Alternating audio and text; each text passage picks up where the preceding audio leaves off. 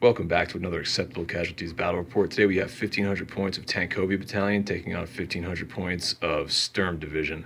We'll be playing counterattack, go over the list, and we'll be back for deployment. So here we have our 1,500 points of Tankovy Battalion. It's going to be Red Army. Down here we have the 1IC in a T-34-85.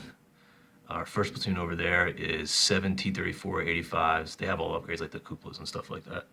Over here we have 10 just regular T-34-76s. Then we have 3 of the ISU 152s upgraded. They also have the 50 cals on them as well. And then back here we have 2 Spetsnaz squads. So overall, I think it's like 5 points shy of 1,500. So we'll be back in a second to go over the German list. So here we have our 1,500 points of Sturm Division. Starting down here, we have our 1IC, 2IC. We have 2 Sturm platoons with the MG42 attachment on each of them. Down here, we have a squad of the heavy mortars with their 2 observers. Over here, we have Nebelwerfers with their observer.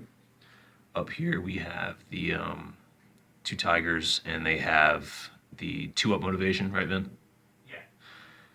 Squad of Stugs, and then what was the guy with the super Faust? Uthoff, and then yeah, we have Uthoff here.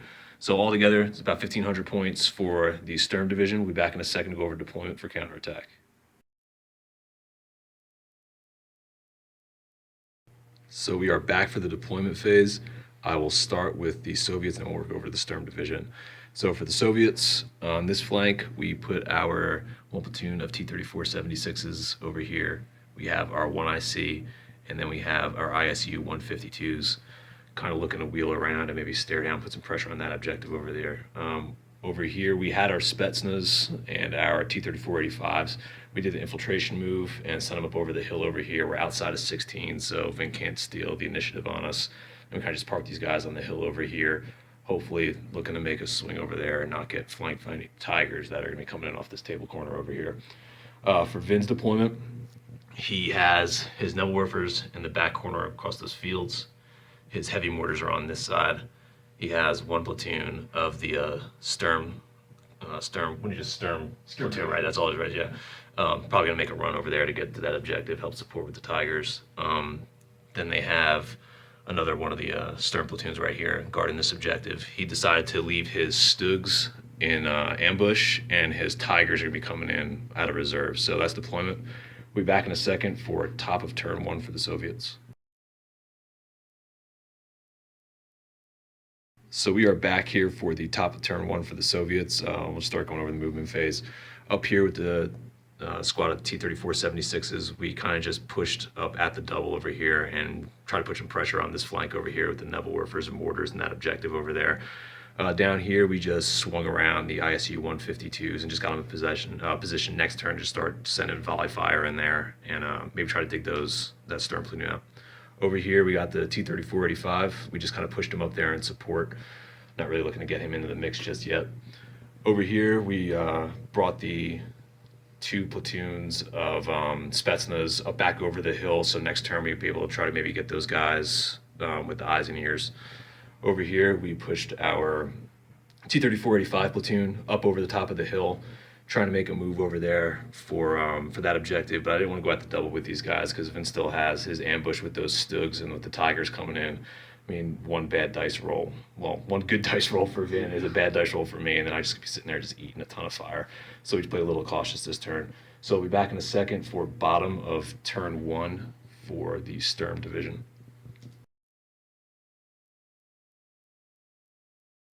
So we are back for bottom of turn 1 for the Sturm Division. Overall, it's just a big bail party on this one. The movement phase, nothing happened over here. Everybody kind of just stayed static. Vin tried to drop his ambush, but he couldn't get outside that 16-inch bubble for concealment or anything like that. Down here, he did have his Tigers come in, and they came in over here. For shooting phase, the Tigers fired 2 shots. Vin was able to blow 1 guy up and get a bail on another over there. The heavy mortars down here were able to range in, and Vin was able to bail out one of the ISU 152s.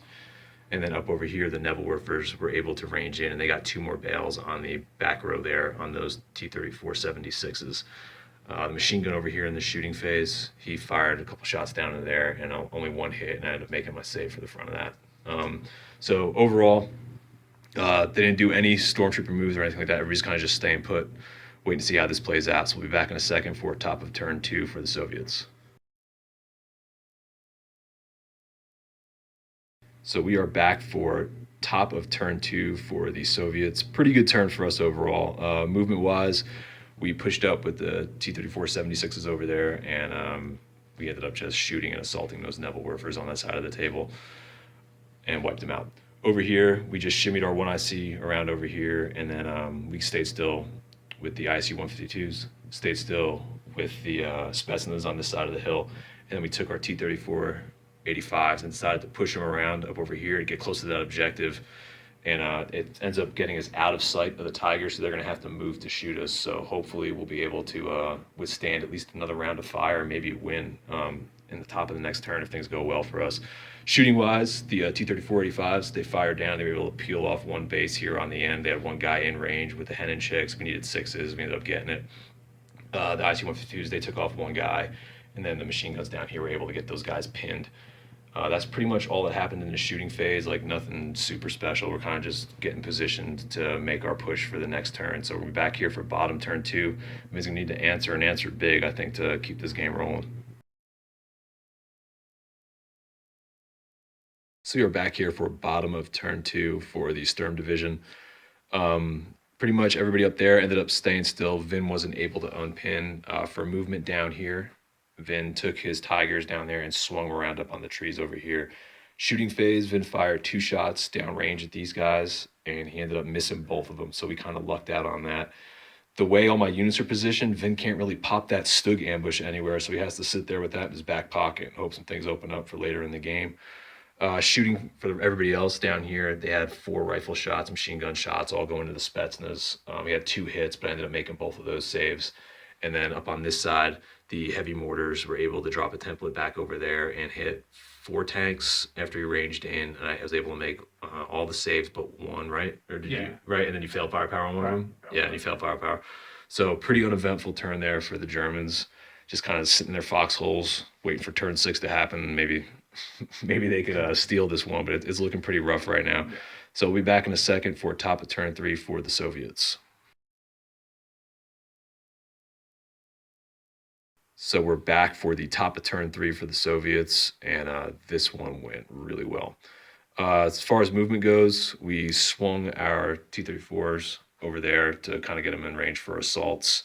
Stayed put down here with the 1IC and the ISU 152s. We weren't able to get our 1 guy that was bailed. We were able to get him back in the tank over there. Spetsnaz just stayed put over here.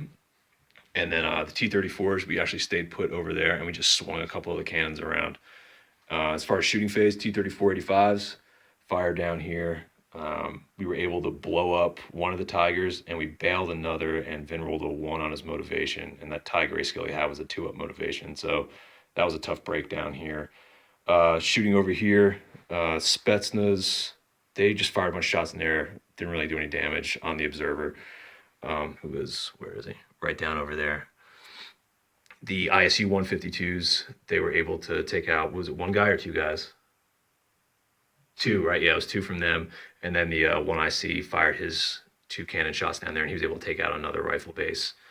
The T-34-76s, they just opened up with a load of machine gun fire on the mortar teams that were still there. We were able to kill 1 mortar team with the shooting, and then in assaults, we ended up rolling those guys up, and then Vin wasn't able to really break away and place the bases anywhere. So they just kind of got taken off the table, and that was the end of it. So right now, what we're looking at, I think Vin was thinking about conceding because he really doesn't have anything to stop this amount of tanks. So I think we're just going to go to end of game recap. It's going to be a win here for the Soviets. We'll kind of talk about what went right, what went wrong, and what we would do different next. So we're back for the end game recap. I'm going to go over the Soviets and my plans as far as how this game unfolded down here. So for when we had our deployment, we set our gun line up over here. I was just looking at getting those T-34-76s up this little row over here, the fields, and get them into the face of the Nebelwerfers, and then swing around into the mortars over there, and just kind of try to take away all his long distance like mortars and rockets that can kind of harass me all over the table and hit that top armor. Because I mean, they still can do damage, so I wanted to get those guys off as quick as possible and then pressure that objective with them. With the ISU 152s, this was like I thought the perfect place to just kind of park these guys and just let off volley fire and just support those T-34 76s. They made a push on the objective. I mean, it was good range. Those guys were in. If I had to push up in a turn or two later, I mean, it wouldn't have taken that much to get those guys into close combat if I needed to push these guys into close combat. So I kind of like them there. Just a nice place to sit back and shoot. The Spetsnaz over here, I never really used them that much with the tanks. I figured I'd give them a shot over here. And that infiltration move, especially for this scenario right here, was huge. I mean, getting them in that T-34 85 unit set up over here before the game even started was it was pretty big. It kind of hamstrung Vin a little bit for where he's going to be able to place that ambush and how he's going to thin out his troops to cover both of the objectives that were set up over there. So I kind of like them. I was going to try to do the eyes and ears thing to pull those guys off on the ground, but Vin was just Vin was firing back, trying to get these guys off the table. Back here, I wanted to be aggressive with the T-34-85s. Like I said, when I pushed up that hill, I wanted to make an aggressive push toward that objective and then kind of lock it down over there with the woods over there and then just kind of set up a base of operations on that side of the table and then just get into a shootout with the Tigers down here. I did not expect to take these Tigers out as early as we did. It was just, we had a bunch of hits and, you know, one bad dice or one bad die, and that's really all it took to get these guys off the table, which was kind of huge. Because I think if it would have turned into a shootout, I would have lost a lot of tanks, but it would have kept the Tigers on this side of the table, which is what I wanted. Keep them over here, keep them occupied, while the T-34 76s and the ISUs over there, they just kind of did work on that side of the table and grinded down that infantry and the mortars and rockets. Overall, I think my plan played out pretty well. And, you know, this list it's pretty good. I mean, you got this many tanks on the table playing against an infantry company with some anti-tank. I mean, the tanks that he had were good, but he couldn't pop the ambush with the Stugs just because of the speed of everybody and the infiltration. It kind of hamstrung Vin a little bit early on in the game. I would run this list again. I don't know if I'd run it in a friendly pickup game that often, just because, you know, it can be pretty nasty if you get the right scenario out there like this one. Just the mobility of this list and the amount of tanks out there, you can just do some damage. But I don't know, Vin, what were you thinking as far as your deployment and how you're going to counter this when you saw what was coming across you at the table? I definitely felt like where I had the original line in front of that array objective. Back over here? Like, I definitely felt like they were going to at least, like, hold it off, and, like, I was going to use my mortars to take out your recce unit.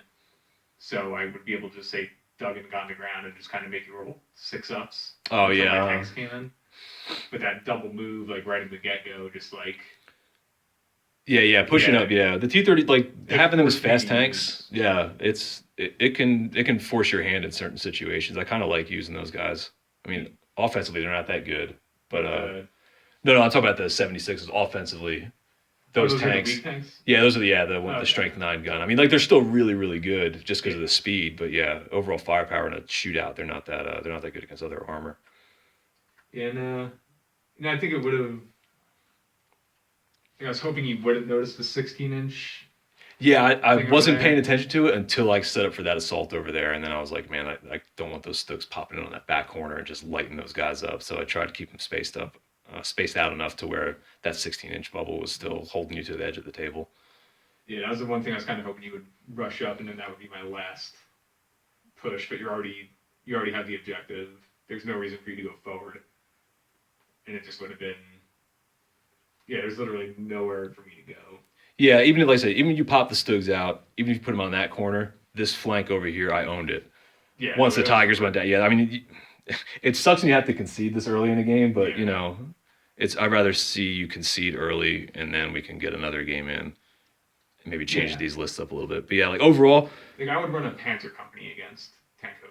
Oh, yeah, of course, yeah, any day of the week. Like I said, running infantry against tankless is pretty good. I don't think you had enough anti-tank options built into the list.